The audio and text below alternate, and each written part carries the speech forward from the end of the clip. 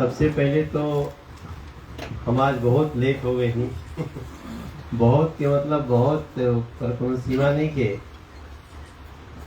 ओकरा खातिर हम क्षमा चाहब। बहुत लोग यहाँ आके चल भी गए, बाहर में व्यवस्था रहे, चूंकि 400-500 के संख्या के हमने से पहले से अपेक्षा रहे, तो ओकरा खातिर हमें क्षमा कर दे जा। जे जे चल गए वो के अब रात भर टाल तक बतियाई हो काम बढ़ गए हमार। और आज के कार्यक्रम में प्रमुख रूप से कार्यक्रम के कल्पना अजीत दुबे जी, जे हमरा खातिर तो हमारे वो गार्जियन बड़े, और आदरणीय विजय चंद्र झा जी, यहाँ सबके विचार से कि एक बार हम लोग के मिले के चाहिए कि योजना बनल, और उसके बाद अब हमनी के आज यहाँ बैठल बनी जा। चंद्रशेखर राय जी अजीत दुबे जी से पहले संपर्क में रहनी, कहें कि यहाँ के चर्चा में आपके नाम आए, तो हम समझ गए कि बवंडर कहाँ से उठल बा। फिर बाद में हमें नीरज तिवारी जी, जो पूर्वांचल मोर्चा के अध्यक्ष बानी,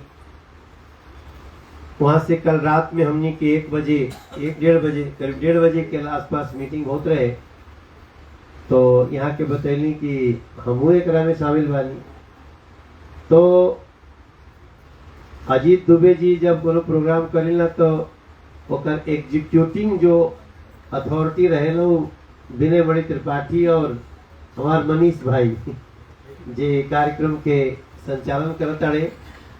मनीष जी प्रोफेसर हैं दिल्ली यूनिवर्सिटी में, और थोड़े दिन पहले तो संजीव बाबू से भेंट भी हुई थी हमारी। आप विजय चंद्र झा जी के लड़के हैं, और सामने आप सभी लोग अक्सर तो कई लोग से हम मिलते ही रहते हैं। आप सबने अपना इतना बहुमूल्य समय निकाल के आप आए। संडे के दिन सबकर आराम करे के होला, रवा सबके हमने के परेशान के लिए जा, लेकिन एकरा में हम बहुत बड़ा आशीर्वाद देखा तनी, और ये आशीर्वाद के फल भी मिली हमनी के एकर विश्वास दिलाए। मनीष कश्यप जी आजकल बड़ी चर्चा में बाड़े, और पिछले 4 दिन से तो ये ट्रेंडिंग में बने। Manish Kashyap politically number 1 train करता रहे, और यहाँ तक कि एंटरटेनमेंट में भी 3-4 नंबर पे ट्रेन करता रहे। तो इहो एगो बड़ी खास बात बाटे, हमनी के जो पूर्वांचल के धरती है, कि बड़ा एकरा में बड़ी संभावना रहेला। वही में से इनका पर हमार नजर पड़ल थोड़ा दिन पहले, जब इस संकट में रहने, उससे पहले तो हम सुनत रहनी कभी कभार, लेकिन उतना ध्यान नहीं गए रहे। लेकिन जब पता चलल कि इनका के जो बीच में सरकार बदला रहे, तो खास तौर से उस समय जब भाजपा सरकार से बाहर रहे, तो इनका के 9 महीना जेल में रखे लोग, और इन ऐसा लड़का जो हमेशा गरीबन के लड़ाई लड़ता, जे सत्य के लड़ाई लड़ता, विकास के लड़ाई लड़ता, ओकरा के एनएसए लगा देना सरकार, नेशनल सिक्योरिटी एक्ट, इनका से नेशन के कौन सिक्योरिटी के खतरा रहे। तो उस समय हमें हिसाब से आये, वैसे हमारा थोड़ा सा एगो प्रयास रहेगा कि हम सांसद बानी, तो निश्चित रूप से हम सांसद बानी, तब वो सांसद नहीं रहनी, एगो खाली कलाकार के रूप में काम करत रहनी। तब भी हमारा खास तौर से यूपी, बिहार, झारखंड, ये सब क्षेत्र से जे लोग कभी कुछ बात होके तो ओकर हमरा से सरोकार बाटे, ऐसा ना मान के चलत रहनी कि अगर कुछ घटना हो रही है तो मेरा उससे सरोकार है। शायद आप लोगों को याद भूल गया होगा, एक समय रहे जब मुंबई में हम लोग के ऊपर उत्तर भारतीय बोलल जला हमनी के, तो बहुत बड़ा अटैक भय हमनी के लड़कन के ठेला टैक्सी और वीडियो बना बना के लोग अटैक करत रहे। उस समय हम केवल एक्टर रहनी, हमारे क्षेत्र के बहुत लोग रहे, लेकिन पता नहीं कहां से एक साहस आया मुझे और मैं उस लड़ाई में कूद पड़ा था। हमने उसका विरोध किया और जो लोग उसमें दोषी थे उस समय, उनसे हमारा भी झगड़ा हुआ, हमारे घर पे भी अटैक हुआ। तो एक उस वही सरोकार के तहत जब मनीष पर कुछ भय, तब फिर लगल कि ऐसा नहीं होके के चाहिए, बट ओकर इतना बड़ा रिटर्न मनीष दी है, ये उस छोटी सी बात को इतना बड़ा मानेंगे, ये बड़प्पन की निशानी है। हम अभी तो चुनाव लड़ने की घोषणा प्रचार कर रहे थे, रोज इनका प्रचार चल रहा था और हम इनके गांव भी गए थे। आज भी खपड़े का घर है इसका। वो घर में गई नहीं तो आदमी तो 25-30 हजार रहे भैया वो गांव में, लेकिन खपड़ा के घर जगह जगह से पानी वानी चुअत हुई तो में थोड़ा नया नया कपड़ा, नया पुराना कपड़ा को इनके माता जी से मिलनी। लेकिन अब ठीक बाटे, आदमी छोटा छोटा सरोकार उठावे लागल, समस्या उठावे लागल, लोग प्यार करे लागल, तो कोई के अंदर राजनीतिक रूप से सेवा करे के मन करवे करेला। तो ये चुनाव लड़े, इनके जनता कांग्रेस के चुनाव लड़ा। अब हमारे खाते बड़ी समस्या। तो आप सिचुएशन समझ सके ना भैया, थोड़ा सा हम विषय में घुस गिलवानी, 1 मिनट लेता नहीं क्रम में कि अब हम इनके गावे गई नहीं, हम तो चल गए नहीं कि बिहार के लिए कहा दिक्कत होता थे, हम खड़ा बानी। हालांकि हमने पार्टी के राष्ट्रीय टीम से भी बोलनी की मैं इस लड़के की सहायता करना चाहता हूं और पार्टी को भी बोला कि इसमें सहायता करनी चाहिए, ये लोग अत्याचार कर रहे हैं। तो कह रहे गए नहीं, चल गए नहीं, आगे नहीं हो गए। अब अचानक सुनते नहीं कि मनीष, हमारा मनीषवा चुनाव लड़ा था, मनीष कश्यप। फिर वीडियो देखे लगनी, बड़ा बड़ा भीड़, मैंने सड़क पे चला था तो 10-10 हजार लोग ओकरा संगे खड़ा। तो हमको याद रहता ये 400 पार में तो गड़बड़ होता चाहिए।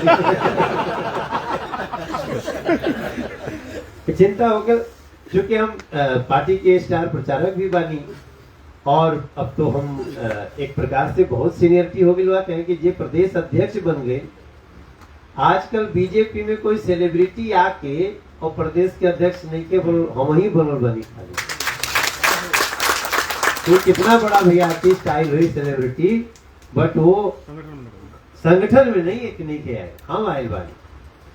तो हमारे नाते और आज हम ऐसे ही बात कर देनी, कल इनका से कहीं रात के हमने के मिले रहनी जा मिले वाले, तो हम कल इनके कि आप कल आइए, अगर हम लोग तो इनको वैष्णो देवी जाना है, तो इसी कार्यक्रम के लिए हम इनको रोके कि आ जा। तो आप थोड़ा सा कहे कि आजकल अब तो सोशल मीडिया पे युद्ध हो गई, जे मनीष के चाहत रहे कि मनीष लड़ जाए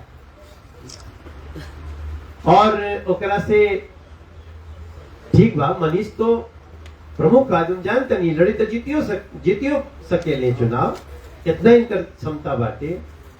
लेकिन जौन काम ही करत ना उहे नरेंद्र मोदी जी चाहता रहे, गरीबन के सेवा।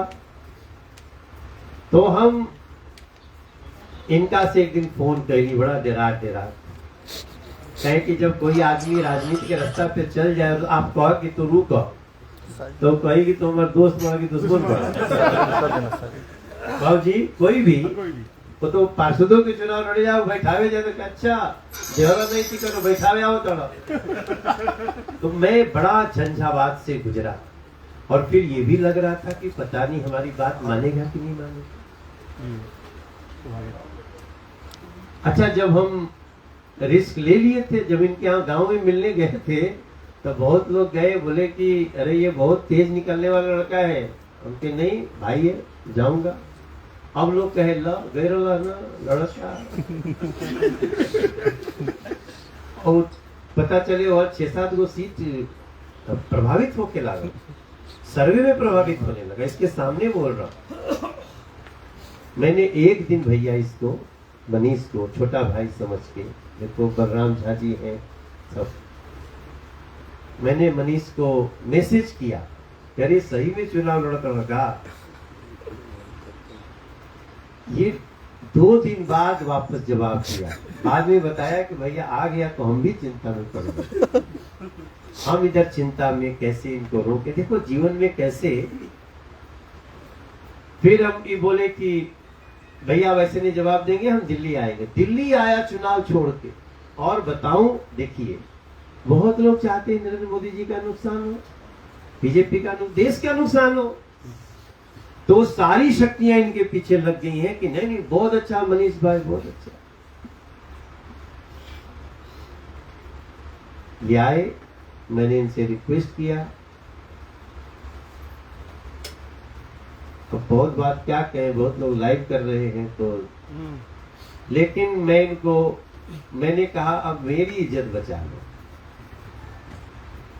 नहीं माना। मैंने माता जी को फोन किया, क्योंकि माता जी हमारा गाना बहुत सुनेगी, अब मोदी जी के बड़ी फैन है। तो हम कहीं अम्मा इतना लड़का मानत लिखे बात हमारा, तो बाबू क्या चाहता तोहरा से बाहर थोड़े बा, हम के उसको भाजपा ज्वाइन करा दो। तब इसने क्या कहा, भैया माता जी इनको बुलाई होंगी, क्या क्या कहीं। बोले भैया हमको आप बहुत संकट में डाल दिए, हम चुनाव नहीं लड़ेंगे, लेकिन अभी हमको ज्वाइन करने को मत बोलिए। हमने कहा क्या हुआ। बोले जैसे हम आपसे मिल के गए हैं, लोग चर्चा कर दिए कि तो पैसा लेके बैठ गया। अरे हमने कहा नहीं, फिर तो हम भी नहीं करेंगे। फिर इनकी माता जी ने इनको बहुत ऐसी बात बोल दी। वो दादाजी से मिला रहे थे, तभी उन्होंने कहा कि मैं अपने मनीष को मोदी जी के साथ छोड़ रही हूं, अब जैसा होगा आप लोग देखना।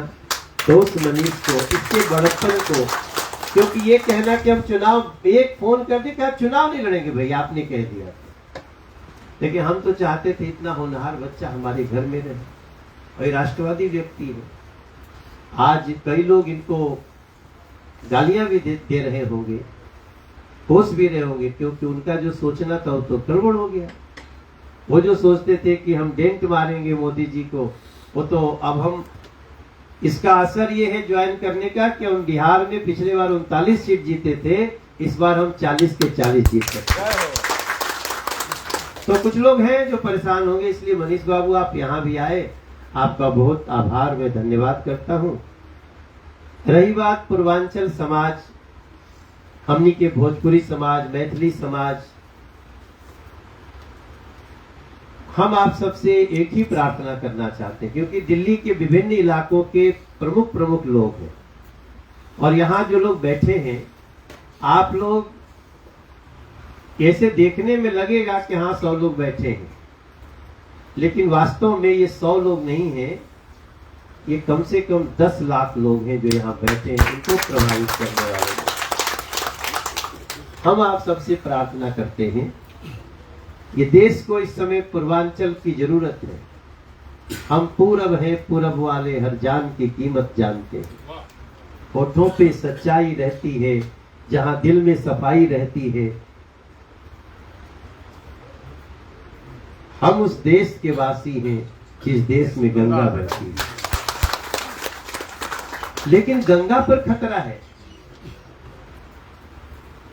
गंगा जमनी तहजीब पे खतरा है। आज जितने लोग एक हुए हैं, उनकी नीयत अच्छी नहीं है देश के लिए। अगर नीयत अच्छी होती तो उनमें से किसी को प्रधानमंत्री का कैंडिडेट घोषित कर दिया गया होता। लेकिन वो कह रहे ना ना ना ना, भले हम प्रधानमंत्री नहीं बने, कोई नहीं बने, एक आदमी कोई घोषित नहीं होगा। इसलिए अब चुनाव में एक तरफ तो नरेंद्र मोदी जी बढ़े, दूसरे तरफ के बाद तो दूसरे तरफ तरह तरह के एक चुटकुला चला था आजकल की, कोई सोमवार के रहे, कोई मंगल के रहे, कोई ऐसा चल ही रहा है। लेकिन हफ्ता भर में भी नहीं हुई, पूरा महीना के बनावे के पड़ी कि महीना के पहला हफ्ता में ईद, पहला हफ्ता के सोमवार के ईद, दूसरा हफ्ता के मंगल के ईद, ऐसे बनावे के पड़ी। मगर ओकरा के जो शब्द बोलल जाला उसको कहते हैं मजबूर सरकार।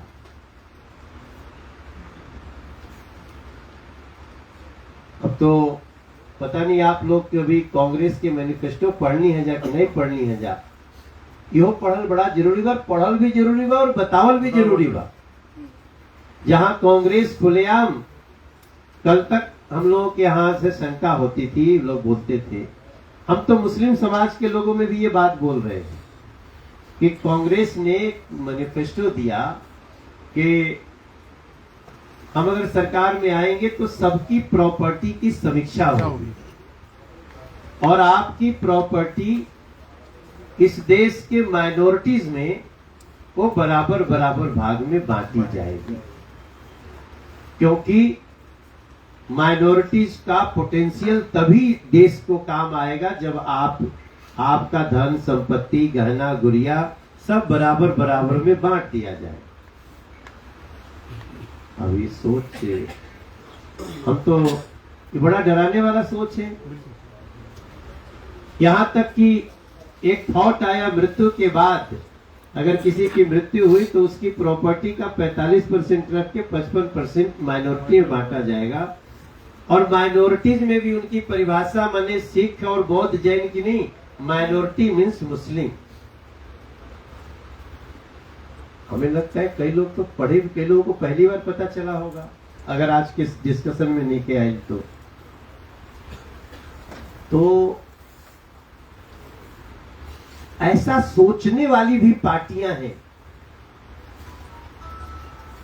ये हमारा फंडामेंटल राइट है, आप जो अर्न करते हैं आप टैक्स चुका के, वो आपका पैसा है। तो लेकिन सोचने वालों ने कर दिया, तो हम क्या देख रहे हैं किया क्यों? तब हमको लगता है ये देश में गृह युद्ध कराने की कोशिश है। आप जिनका मन बढ़ा रहे हैं, अगर वो समझदारी से काम न ले तो बेवकूफ बना रहा है। तो यहाँ तो अगर लाठ पर एक बित्ता ज्यादा कोई के आर कोन में बढ़ गए तो करे में मर्डर हो जाएगा। आप तो पूरी संपत्ति लेकर के बांटने की बात कर रहे हैं। इट मीन्स आप गृह युद्ध में झोंकना चाहते हैं देश को। लेकिन बात बटे कि हम लोग यहाँ एक और समाज में चलेला, ए भाई देखो ढेर राजनीति मत बतिया हो, थोड़ा सा दिमाग भारी होता। तो आज एक कभी आवत समय न रास्ता में वे कहानी पढ़त रही है बाबूजी। एक बहुत बड़ा पत्रकार बड़े, उन्होंने आज,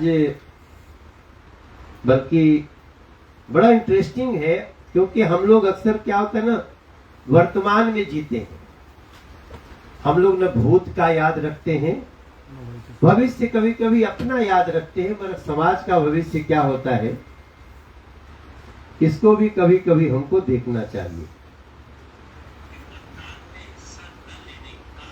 नतीजा क्या होता है उसको मैं एक किस्से के साथ, एक फैक्चुअल कहानी के जरिए, घटना के जरिए आपको बताना चाहता हूँ। ये बहुत बड़े समझिए कि जो है वो गलती जो कुछ लोगों ने की थी उसकी सजा कितने लोगों ने भुगती और कैसे भुगती। अब ये है, हाँ, प्रदीप सिंह जी हैं, बहुत सुधी पत्रकार हैं, बहुत विद्वान हैं।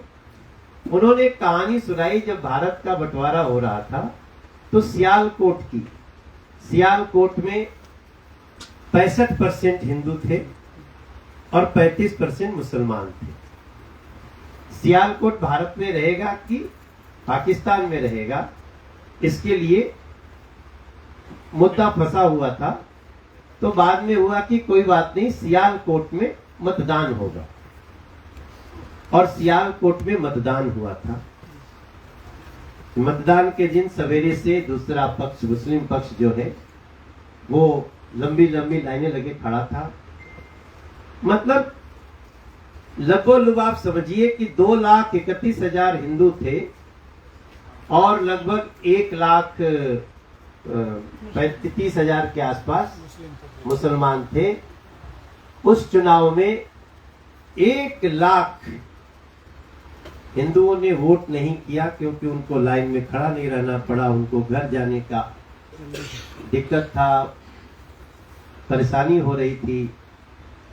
ये एग्जैक्ट मेरा जो फिगर है वोट का वो, लेकिन 2,31,000 हिंदू थे, ये तय था। और रिजल्ट ये हुआ कि 55,000 मतों से मुस्लिम के पक्ष में गया। और सियालकोट ज्यादा दूर नहीं है, जम्मू से 42 किलोमीटर है, और वो पाकिस्तान को दे दिया गया। वो 2,31,000 हिंदू आज के दिन में 500 है।